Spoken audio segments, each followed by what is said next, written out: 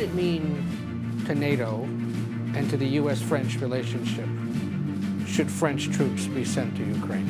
I think the most important was the message behind it, that it was we are going to support Ukraine as long as it takes. We need to let people in legally. We need people here to experience the freedoms that we have. What do you see as the significance of African American men in this election? Thank you, everybody. For both of you. I see them identifying with Trump. Hello, I'm Robert Costa in Washington. Welcome to America Decides. In Delaware, day 3 of Hunter Biden's federal gun trial has just wrapped up.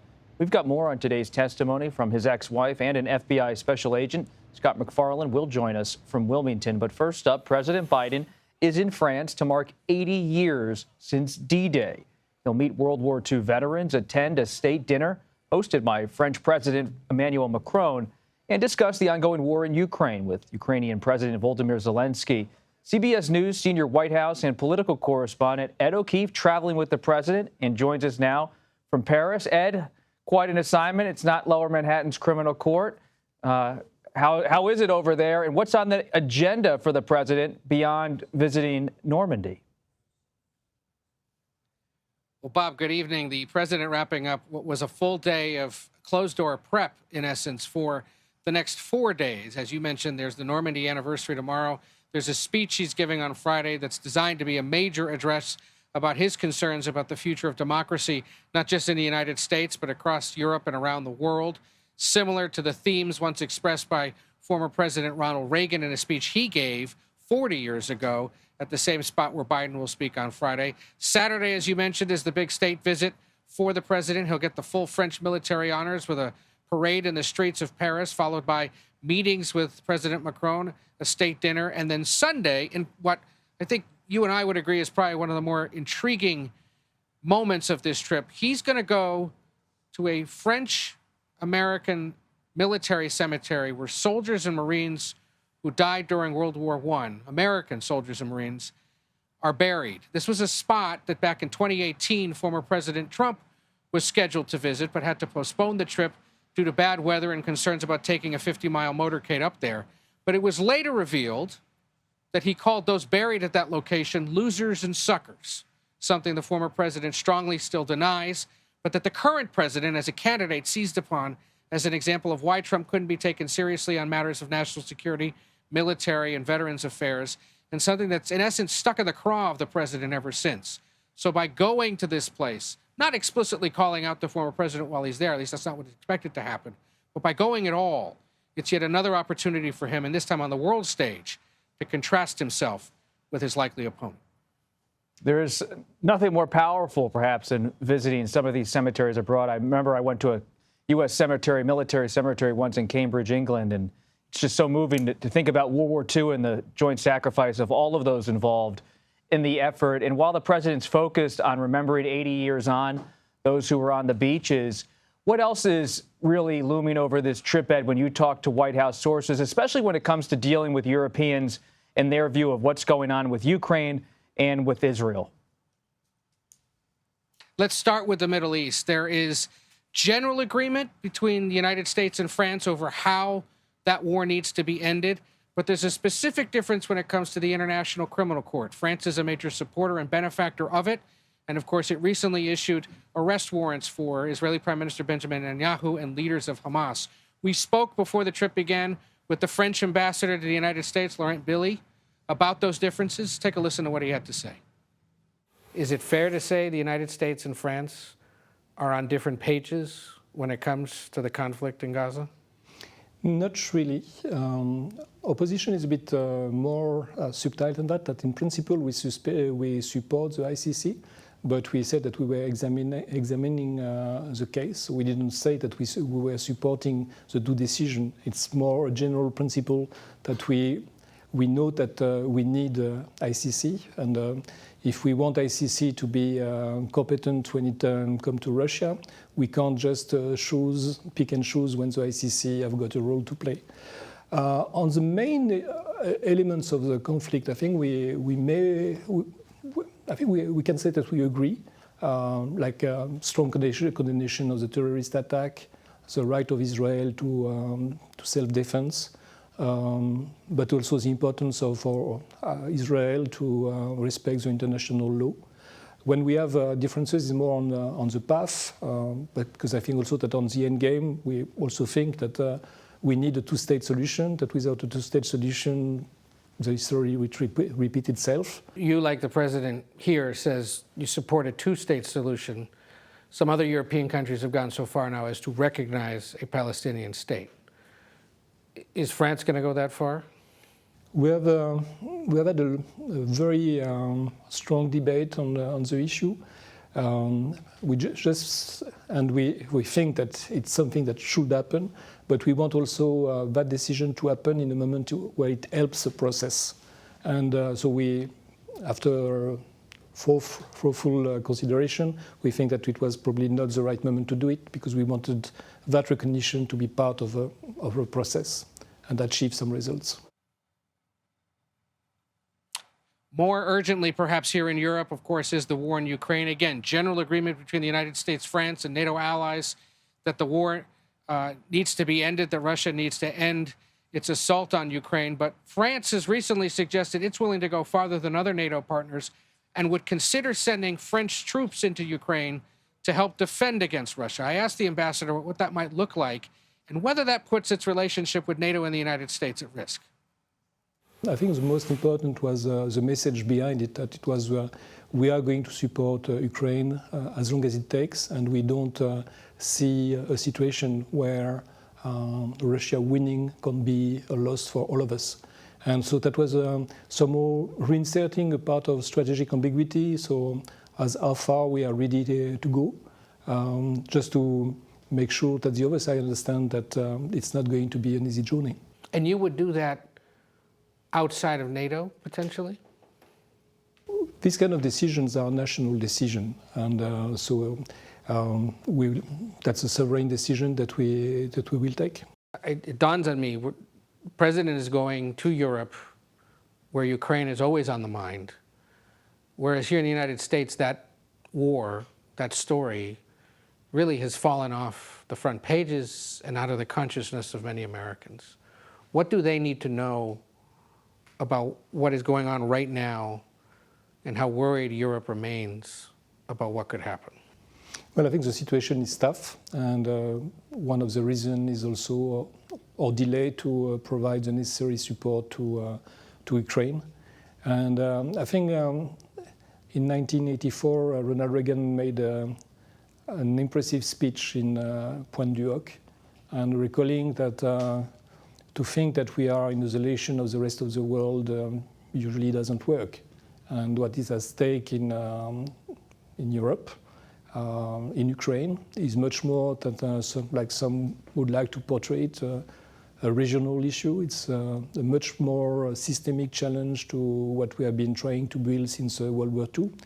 And a first conventional war in Europe of that scale, it's something that matters, that's something that is observed, that's probably something that has been encouraging other players in their reckless actions and may encourage others. So I think we have to think globally of what is at stake, and the ceremony in Normandy are probably a good moment for that thinking. So the future of the war in Ukraine, the future of the conflict in the Middle East, climate change, how to deal with China, the future of democracy on this continent and around the world, some really big issues for the two leaders to discuss in the coming days, Bob. A lot of important issues, but special for you to also cover the anniversary 80 years after D-Day. Ed O'Keefe, thank you for your reporting, as always. Now to Wilmington, Delaware, where prosecutors called on Kathleen Buell, Hunter Biden's first wife and the mother of 3 of his 5 children, to testify today. Hunter Biden's ex-girlfriend, Zoe Keston, took the stand after. An FBI special agent and the man who sold a gun to Hunter Biden back in 2018 also testified today. Scott McFarland with CBS is outside the courthouse in Wilmington, Delaware. Scott, great to see you. What were the prosecutors seeking to accomplish in calling some of these personal associates of Mr. Biden to the stand?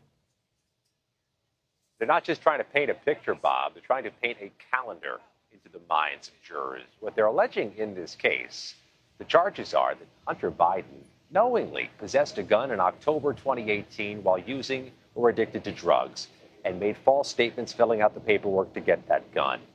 What they have through their witnesses today is a timetable leading up to October 2018. Zoe Keston, with whom Hunter Biden was romantically involved in 2018, testified that not only did Hunter Biden frequently buy and use crack cocaine, that he did so as close to that gun purchase date as September 2018, within weeks of the gun purchase. They also called Biden's ex-wife, Kathleen Buell, to testify about how she found a crack pipe in their Washington, D.C. home before their divorce in 2015. She also testified, Bob, that Hunter Biden refused her initial request that he go into rehab and that she searched the family car to ensure the kids who drove the car frequently didn't find drugs themselves. Scott, the man who sold the gun at the center of this trial, he took the stand and will return to the stand tomorrow. In the view of the prosecution, how important is his testimony in this case? That man is Gordon Cleveland of Wilmington, Delaware. They're trying to put some meat on the bones of that key accusation that there was a form Hunter Biden filled out and gave to Gordon Cleveland's store in which he didn't mark, as required in the federal background check, that he was a user or addict of drugs. And the entirety of this trial is the Department of Justice special counsel trying to prove Hunter Biden not only was addicted or using drugs, but that he knew he was and made false statements filling out that gun shop form. There are about 6 more witnesses left, Bob. The prosecution could rest this thing tomorrow and give it to the defense. If you blink, you miss big chunks of this trial. It's on quite a fast track. Scott McFarland, thank you. We appreciate it. A Georgia appeals court has paused former President Trump's election interference case down there. The Georgia Court of Appeals today issued a stay as the former president and 8 others seek to remove Fulton County District Attorney Fani Willis as the prosecutor. The judge overseeing the case previously ruled Willis could remain on it after she admitted to having been romantically involved with the special prosecutor whom she hired. Arguments have been scheduled for October 4th. Trump and 18 others were indicted in Georgia back in August for their alleged attempts to overturn the 2020 election in Georgia. 4 of them have since taken plea deals. We must face the simple truth. To protect America as a land that welcomes immigrants, we must first secure the border and secure it now. Simple truth. President Biden facing criticism from some Democrats and Republicans after his executive action regarding border crossings. Senior Biden advisor Tom Perez will join us next to discuss all of it. You're streaming America Decides. I'm moving past Republican obstruction and using the executive authorities available to me as president to do what I can on my own to address the border. President Biden criticized Republicans yesterday after he unveiled new executive actions regarding asylum seekers at our southern border. The long-awaited order is a major shift for the administration's immigration policy. Joining us to discuss it is senior advisor and assistant to President Biden, Tom Perez. He joins us now from the White House. He's also the director of the White House's Office of Intergovernmental Affairs. Good to see you, sir. Thanks for being here with us. Good to be with you, Robert. You have heard the outrage from some Democrats about this on Capitol Hill. Outrage, sometimes disappointment. What would you say to them when they say this is a step too far for someone they believe is an ally in President Biden? Well, what I would say is the following. The president continues to believe that we are a nation of laws and a nation of immigrants. And we tried, and we had a bipartisan bill that was in the Senate, not once but twice. They turned it down. Would have had 1,500 new Border Patrol agents, would have had thousands of new asylum officers, would have had new asylum judges, money to combat the fentanyl crisis by putting technology at the border to detect fentanyl. These are important efforts, and they're not the only thing the president wanted to do. I would remind our friends that the president introduced comprehensive immigration reform day one. The best solutions are bipartisan solutions, like the one we had in 1996 when he was a senator. And unfortunately, Republicans want to demonize this issue. They want to weaponize it for political purposes. And so the president had to take this action. And what I would further say is the president was very clear in his speech that we have to secure the border. And he explicitly said, and in the weeks ahead, we're going to also be talking about how to make our immigration system more just and fair. So the president believes he was stymied by Congress, took executive action. It's an understandable move in the sense that presidents have often taken executive action when they feel like they can't get what they want together with Congress. But what is the actual reality of this executive order, Mr. Perez, when you think about the undocumented worker who's here in the United States right now? What is the direct effect this order would have on their life? Well, someone who's already here, who's awaiting an asylum hearing, you know, what we've tried to do in the bipartisan bill was add more asylum officers so that we could hear cases faster. One of the biggest pull factors that drives people to come to the United States is the fact that our asylum system is overwhelmed right now.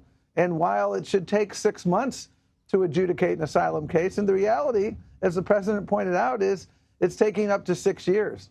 And so the smugglers know that, and they bring people to the border, and they take advantage of them, and we can't have that. It's a danger to them, and the system is overwrought. That's why the president did what he did moving forward. And we're continuing to work very closely with the government of Mexico, and we've been able to reduce the flows by about 60% over the last few months as a result of the cooperation with Mexico. But we still have more work to do. And absent cooperation from the Republicans in Congress, the president had no choice. And we're going to continue to monitor the situation. But I think this was a necessary step that he had to take. What do you need specifically from the new leadership in Mexico to make this work efficiently in the eyes of the administration? Well, we've had a lot of collaboration and cooperation. The president spoke to President López Obrador twice in the last few days and has been in regular contact. Our teams have been in regular contact. And if you look actually at the entire region, you know, we've been working together with the 22 countries in the hemisphere. What we've done, among other things, Robert, just to give your viewers an example of the innovation we've put in place, we have secure mobility offices. These are locations in the region. So you can go to Costa Rica, you know, rather than taking that treacherous trip through the Darien Gap, go to Costa Rica and make an application. We've been putting those secure mobility offices elsewhere in the region. Those are examples of things we're doing.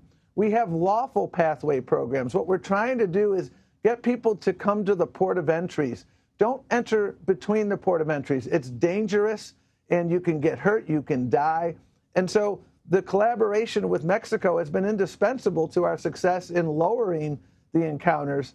But we still have to do more, and we were obviously, we've communicated with the government of Mexico. I'm very confident that the collaboration that has been in place for quite some time will continue with them.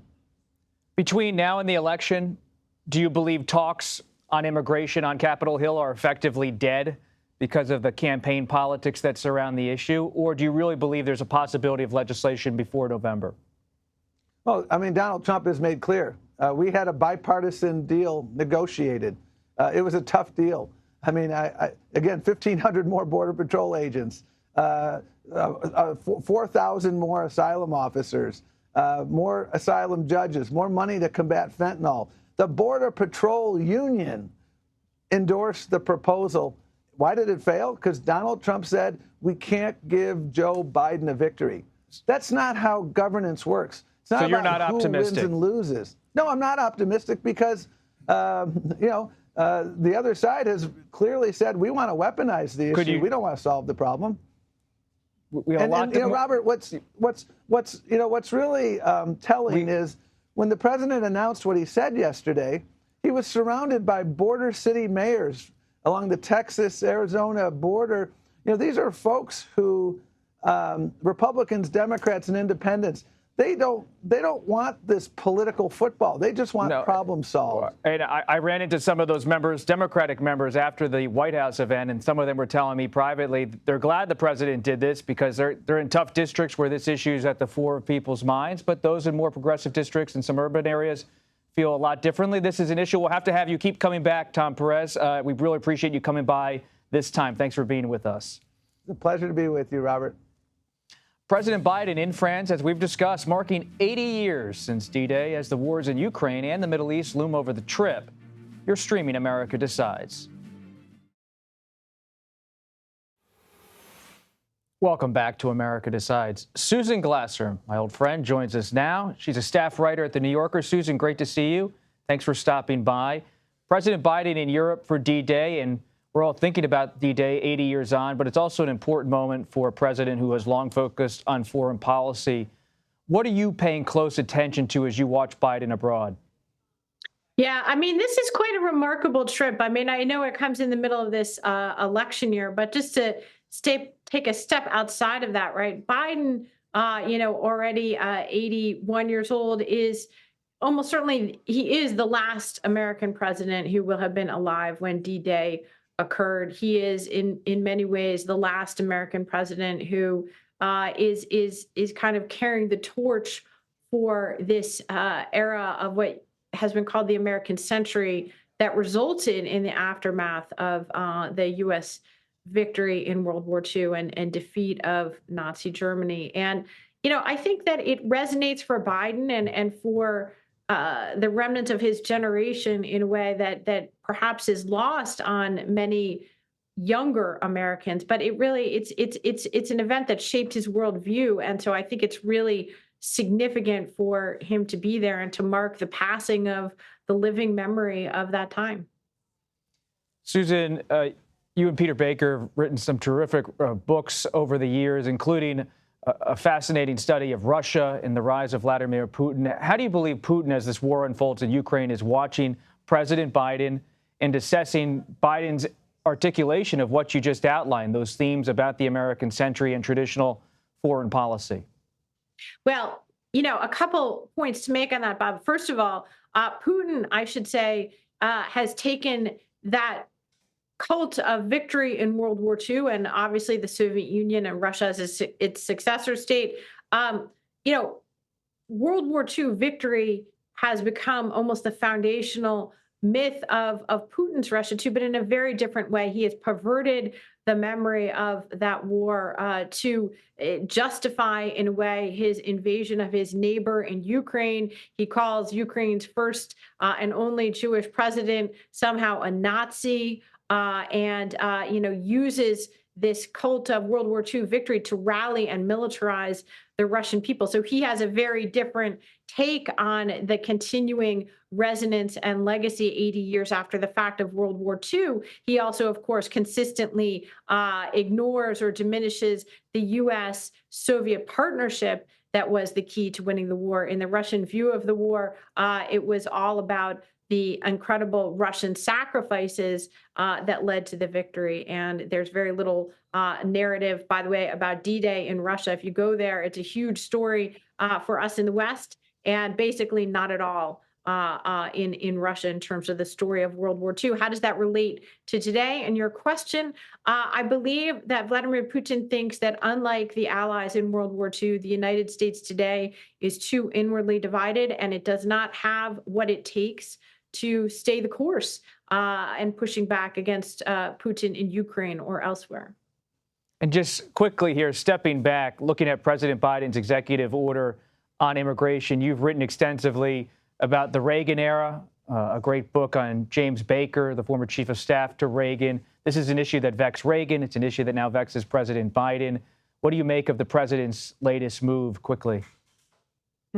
Ronald Reagan was a supporter of legal immigration to the United States, and there was a very significant 1986 bipartisan bill that Reagan signed, very different than Donald Trump and today's Republican Party, which is, taken immigration demagoguery at its core of Trump's message.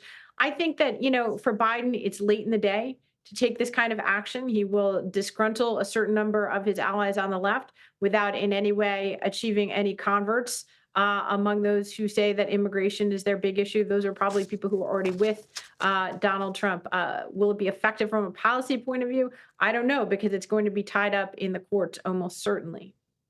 Susan Glasser of The New Yorker, always appreciate your insights in your writing. Thank you. Thank you. Coming up, we'll get a little bit from 50 Cent and his political analysis. Our Nicole Killian on Capitol Hill will explain what we mean by all of that. You're streaming America Decides. The Senate has failed now to advance a bill to protect access to contraception, and Majority Leader Chuck Schumer announced they will vote on IVF protections next week in the Senate. But on Capitol Hill today, it was a rapper who got a lot of attention. CBS News congressional correspondent Nicole Killian joins us. Nicole, you got a chance to catch up with 50 Cent. What did 50 have to say? Well, 50 or 50, depending on how you refer to him. I mean, look, he was up here for a specific reason. He was accompanied by civil rights attorney Ben Crump, and he really wanted to advocate for generational wealth when it comes to African Americans in particular. He has a number of companies, including one that involves spirits, and so he wants to see an increase in minority representation. You know, he felt that he didn't get a fair shake when he first started his business and wants to expand opportunities again for people of color. So that was the nature of his visit. But in that context, I did ask him about the election because the Biden administration has done a lot of work in this space. But at the same time, 50 Cent has made comments in the past, including back in 2020, where he suggested that people vote for then President Trump, although he later walked those comments back. So I asked him what he's thinking about the upcoming election. Take a listen. I mean, we're heading into another election, so have you made a decision about who you're going to support? I'm not sure how to answer that question, to be honest with you. Have you made a decision? I haven't. What do you see as the significance of African American men in this election for both of you? I see them identifying with Trump. Why do you say that? Because they got RICO charges. And I don't know if he was referencing the case down in Georgia, where we, of course, know that former President Trump has been charged and is facing RICO charges in that state. But that aside, you know, what is significant about his comments is that, again, back in 2020, his then support briefly of former President Trump got a lot of attention. And being a major figure like that, you know, that can be influential when it comes to the African American vote. And so similarly, we know both campaigns are really trying to advocate for the black vote. We have seen the president's support slip among African American voters. The issue even garnering a lot of attention here on Capitol Hill in a separate issue with a leader, Hakeem Jeffries, and Byron Donalds kind of now in an internal beef because Byron Donalds made some comments at a campaign event just yesterday suggesting that African Americans were better under Jim Crow, to which Hakeem Jeffries replied on the House floor today that is an outlandish statement and ignorant. So that being said, you know, this is all about both sides really trying to advocate and make their case to African American voters. But as you can see, there are a number of different perspectives around this, not only from lawmakers, but also from celebrities as well. Quite a time to be a Capitol Hill correspondent, Nicole. Thank you. The Trump campaign and his super PAC supporting his candidacy are touting massive fundraising hauls since Thursday's guilty verdict. The super PAC MAGA Inc. says they've raised $70 million in May. They are planning to spend $100 million on an ad blitz that runs through Labor Day. Let's bring in our political panel, Jasmine Wright and Stephanie Lai. Jasmine is a politics reporter at Notice, a nonprofit newsroom here in Washington. Stephanie is a national politics reporter at Bloomberg. So great to have both of you here. I know we could linger on 50 Cent's visit to Capitol Hill, but let's move on to the campaign. Jasmine, we'll begin with you. A lot of money coming in for the Trump campaign, but to what end? Yeah.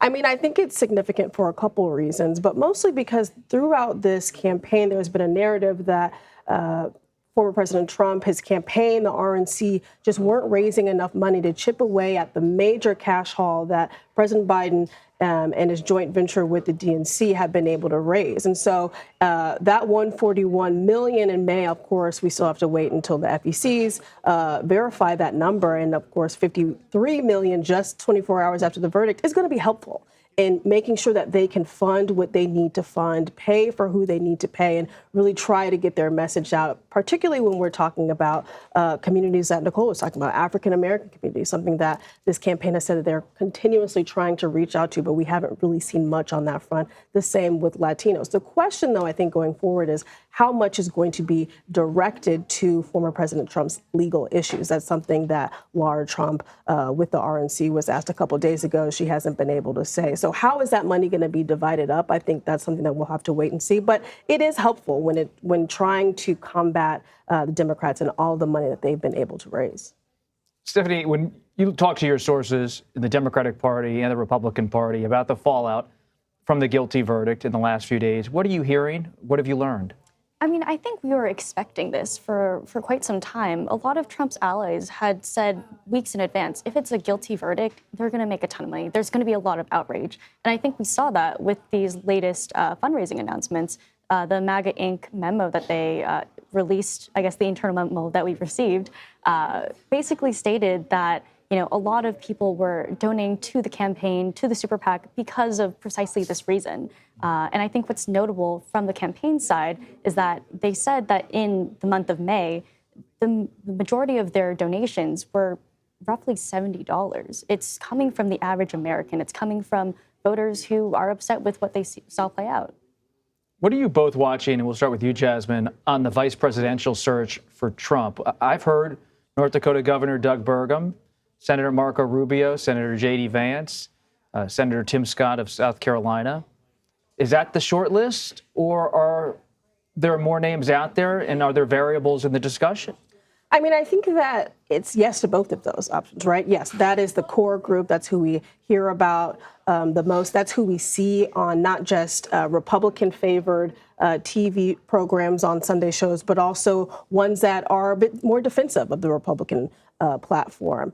But as I talk to the Trump campaign and folks there, they consistently say that until Donald J. Trump says who his VP contender is, nobody knows who it is. So I expect that they're going to cast a wide net, talk to a lot of people, ask people for various forms as it gets closer to July, when the RNC is, when Trump has said that he will name his nominee. I think that there are a lot of different issues under consideration, but most importantly, I think is going to be not just the personality of the person, but who can stand beside Trump, not overshadowing him, but really complimenting him. I think that that is what this campaign is really looking for. What about you? Yeah, I mean, I think to add to that, one thing that we've been tracking for quite some time is that loyalty is a huge issue for the president. They're not looking for someone who's going to not see through with this agenda, and that seems to be the biggest point that they're looking for right now. Earlier there was a lot of reporting that he was looking for someone who might help him win certain electorates or certain voter blocks. But that doesn't seem to be super necessary this cycle, because he just has so much name ID and because he's already polling pretty well, or significantly better than in the past with a lot of these key groups, like the Latino vote, the Asian American vote, the Black vote. So it seems like, in terms of picking a VP, it doesn't necessarily need to fit the boxes that we used to think it would have to fit. And this is a summer where the convention's going to be a big thing.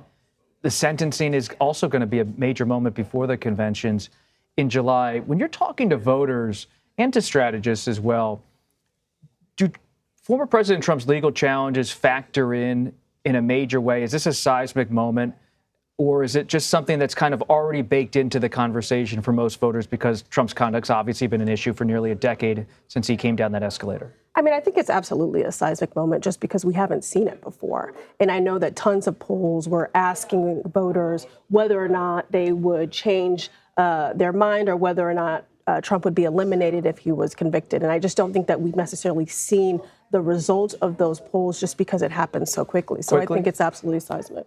Certainly. I mean, I think a lot of voters actually haven't been thinking about this or following the hush money trial as closely as some Democratic operatives might have thought they would. I think some polling had shown maybe about 50 to 60 people aren't paying any attention. So there is a chance that this actually doesn't have the impact that we thought it might.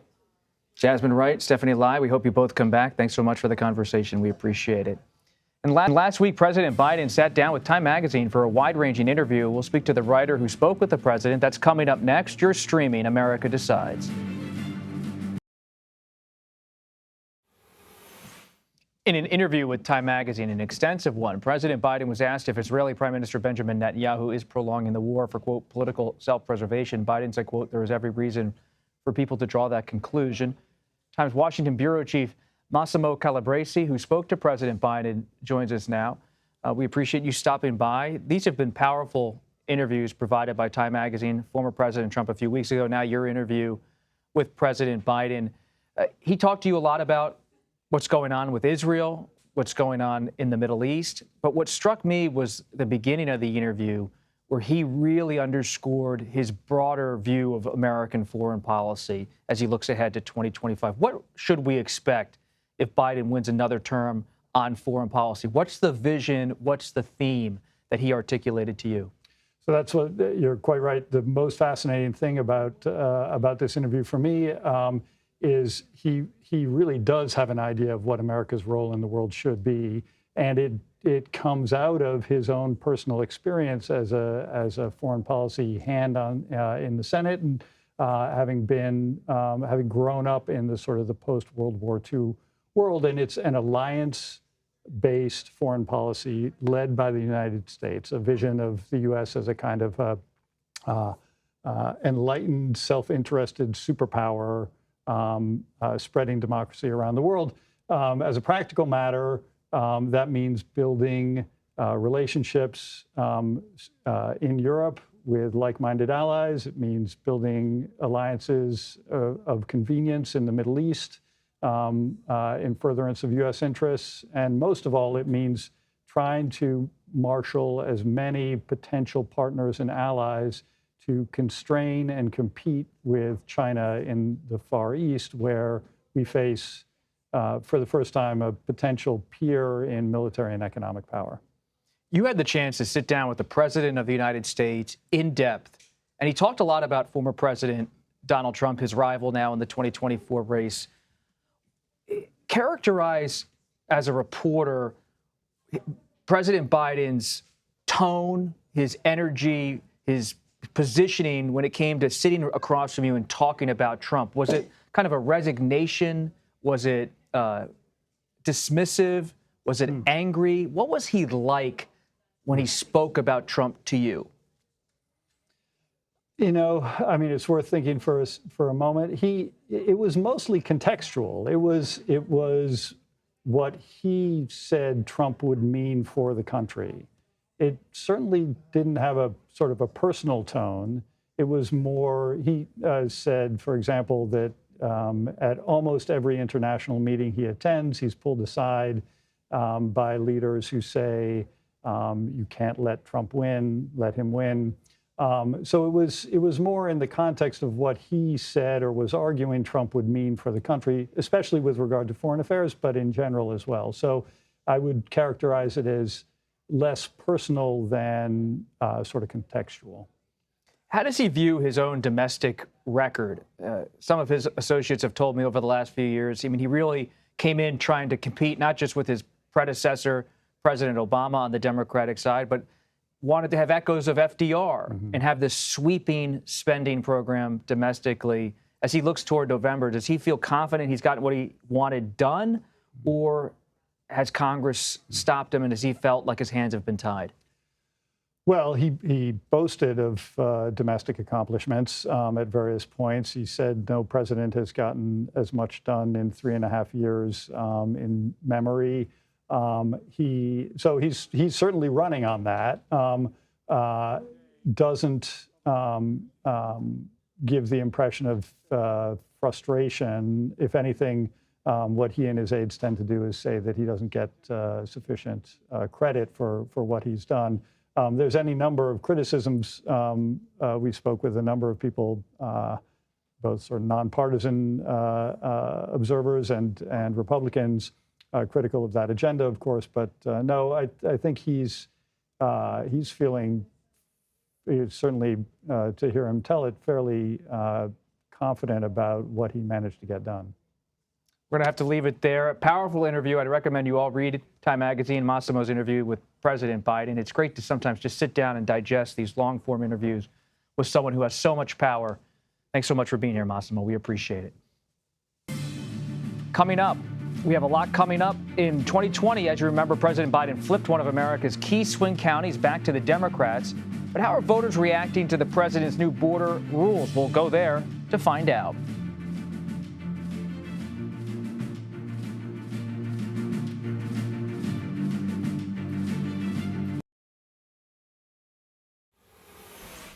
People across the United States are reacting to the president's new executive actions aimed at curbing the number of illegal crossings at the southern border. This includes Americans in the battleground state of Pennsylvania. That's where CBS News campaign reporter Torian Small joins us now. Torian, always good to see you out on the campaign trail. Torian, as you know, in a recent CBS News poll, more than half of Pennsylvania voters labeled the U.S.-Mexico border a major factor in their vote this upcoming November. What have they been telling you about the president's new policy decisions?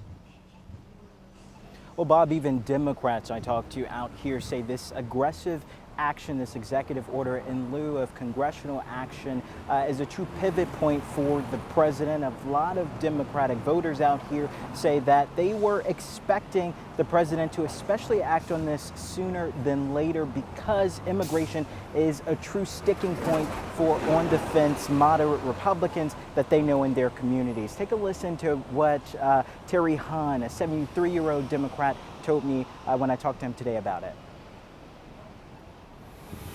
I feel that we need to let people in legally.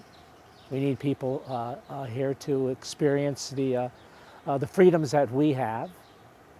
But in the context of high crime, I think a lot of people are paranoid about letting anybody in. So I think that there's extremes on both sides. I think we have to find a middle ground to appease everyone. Terry there echoing what he told me, conversations that he had with some of his friends who are on the opposite sides of the political spectrum. And what's interesting, this county, Northampton County, is a pivot county. It's one that voted for Obama twice, Trump, and then Biden, a crucial area Joe Biden has to win in order to hope to build up his coalition here in Pennsylvania to win in November. Speaking of President Biden, how are voters talking about the president?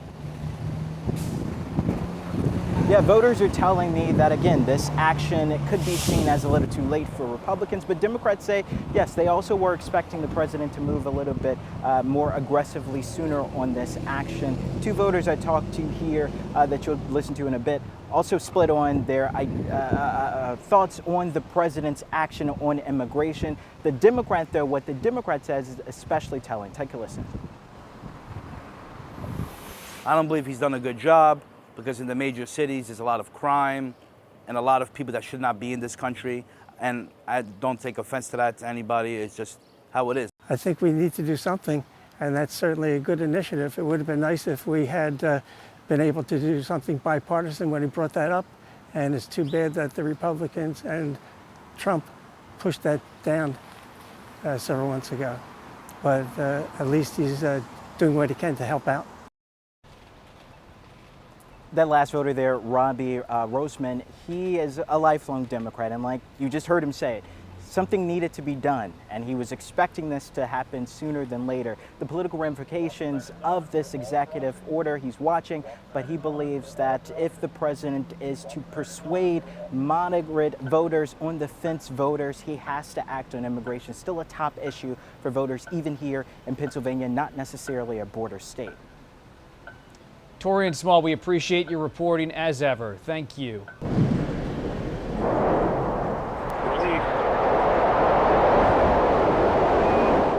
It looks like the third time was the charm for Boeing's Starliner after technical issues scrubbed two previous launches.